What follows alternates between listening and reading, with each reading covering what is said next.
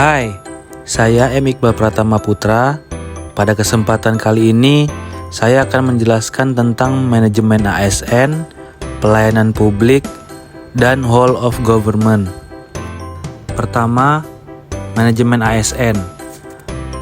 Manajemen ASN adalah pengelolaan aparatur sipil negara untuk menghasilkan pegawai aparatur sipil negara yang profesional, memiliki nilai dasar etika profesi, bebas dari intervensi politik, serta bersih dari praktek KKN.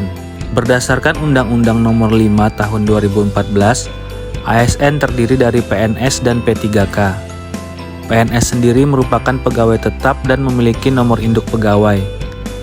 Sedangkan P3K adalah pegawai pemerintah dengan perjanjian kerja sesuai dengan kebutuhan instansi pemerintah untuk jangka waktu tertentu. Dengan hadirnya P3K menegaskan bahwa tidak semua pegawai pemerintah harus PNS, namun dapat berstatus sebagai pegawai kontrak dengan jangka waktu tertentu.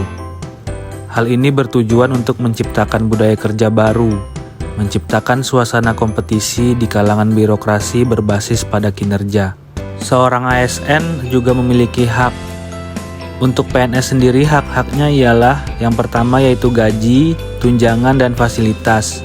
Yang kedua cuti, ketiga jaminan pensiun dan jaminan hari tua, keempat perlindungan, dan kelima pengembangan kompetensi. Sedangkan hak P3K ialah pertama gaji dan tunjangan, kedua cuti, ketiga perlindungan, dan keempat pengembangan kompetensi.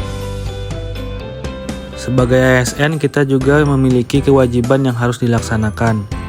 Kewajiban tersebut ialah setia dan taat pada Pancasila, Undang-Undang Dasar Republik Indonesia tahun 1945, NKRI, dan pemerintahan yang sah, menjaga kesatuan dan persatuan bangsa, melaksanakan kebijakan yang dirumuskan oleh pejabat pemerintah yang berwenang, menaati ketentuan peraturan perundang-undangan, melaksanakan tugas kedinasan dengan penuh pengabdian, kejujuran, kesadaran, dan tanggung jawab, menunjukkan integritas dan keteladanan dalam sikap, perilaku, ucapan, dan tindakan kepada setiap orang, baik di dalam maupun di luar tugas kedinasan, menyimpan rahasia jabatan, dan hanya dapat mengemukakan rahasia jabatan sesuai dengan ketentuan perundang-undangan, dan bersedia ditempatkan di seluruh wilayah NKRI.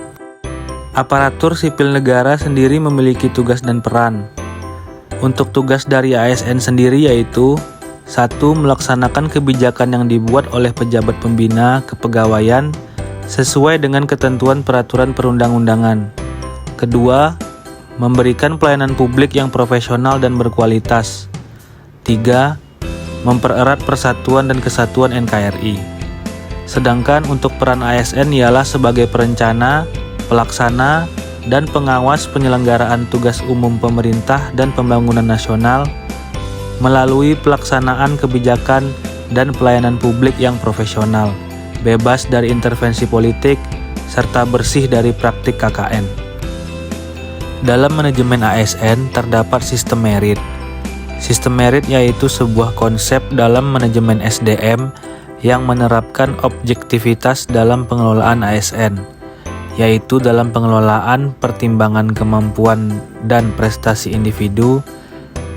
Sistem merit ini berfungsi untuk organisasi dan untuk ASN.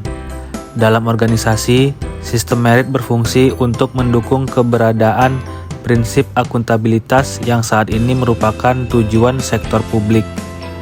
Dan bagi ASN, sistem merit berfungsi untuk menjamin keadilan dan juga menyediakan ruang keterbukaan dalam perjalanan karir seorang pegawai. Materi selanjutnya yaitu pelayanan publik. Pelayanan publik adalah kegiatan atau rangkaian kegiatan dalam rangka pemenuhan kebutuhan pelayanan sesuai dengan peraturan perundang-undangan bagi setiap warga negara dan penduduk atas barang, jasa, dan atau pelayanan administratif yang disediakan oleh pelayanan publik.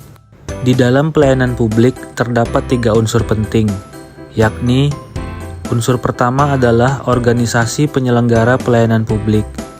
Unsur kedua adalah penerima layanan, yaitu orang masyarakat atau organisasi yang berkepentingan, dan unsur ketiga adalah kepuasan yang diberikan dan atau diterima oleh penerima layanan. Sedangkan klasifikasi pelayanan publik terbagi atas: pertama, pelayanan administratif, pelayanan yang menghasilkan berbagai bentuk dokumen resmi yang dibutuhkan oleh publik. 2. Pelayanan barang, pelayanan yang menghasilkan berbagai bentuk barang atau jenis barang yang digunakan oleh publik. 3. Pelayanan jasa, pelayanan yang menghasilkan berbagai jasa yang dibutuhkan oleh publik. Dan yang keempat, pelayanan regulatif, pelayanan melalui penegakan hukum dan peraturan perundang-undangan maupun kebijakan publik yang mengatur sendi-sendi kehidupan masyarakat. Seorang ASN diharapkan mampu menerapkan prinsip-prinsip pelayanan publik. Prinsip tersebut meliputi kesederhanaan, keamanan, kedisiplinan, kejelasan, tanggung jawab, kesopanan dan keramahan, kepastian waktu, akurasi, kemudahan akses, kelengkapan sarana dan prasarana, serta kenyamanan. Dan pembahasan terakhir ialah Whole of Government. Whole of Government menjelaskan tentang koordinasi berbagai instansi pemerintah dalam mencapai tujuan bersama sebagai respon dari isu-isu tertentu, seperti pembangunan kebijakan, manajemen program, dan pelayanan publik. Whole of Government merupakan hal penting yang harus dipahami, karena WOG memiliki banyak manfaat. Manfaat WOG itu sendiri yaitu untuk menekan ego sentral. Kita harus memahami pentingnya kebersamaan dari seluruh sektor guna mencapai tujuan bersama. Karena sejatinya tidak ada sektor yang lebih baik dari sektor yang lainnya. Untuk itu, diperlukan koordinasi bersama untuk mencapainya good government, efisiensi, sharing informasi, lingkungan kerja yang baik, daya saing yang meningkat, akuntabilitas, dan lain sebagainya. Bagaimana cara kita menerapkan WOG ini? WOG dapat diterapkan dengan respon pemerintah terintegrasi, menghilangkan sekat, kerjasama antar instansi pemerintah, kolaborasi, koordinasi, dan sinergitas.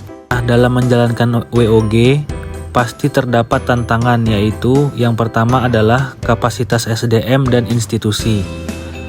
Kapasitas SDM dan institusi yang terlibat dalam WOG tidaklah sama.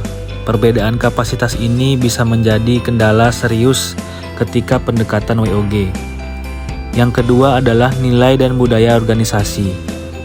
Nilai dan budaya organisasi menjadi kendala manakala terjadi upaya kolaborasi sampai dengan penyatuan kelembagaan, mengingat adanya perbedaan nilai dan budaya masing-masing organisasi. Dan yang ketiga ialah kepemimpinan. Kepemimpinan menjadi salah satu kunci penting dalam pelaksanaan WOG. Kepemimpinan yang dibutuhkan ialah kepemimpinan yang mampu mengakomodasi perubahan nilai dan budaya organisasi, serta meramu SDM yang tersedia guna mencapai tujuan yang diharapkan. Baiklah, sekian penjelasan dari saya. Lebih dan kurangnya saya mohon maaf.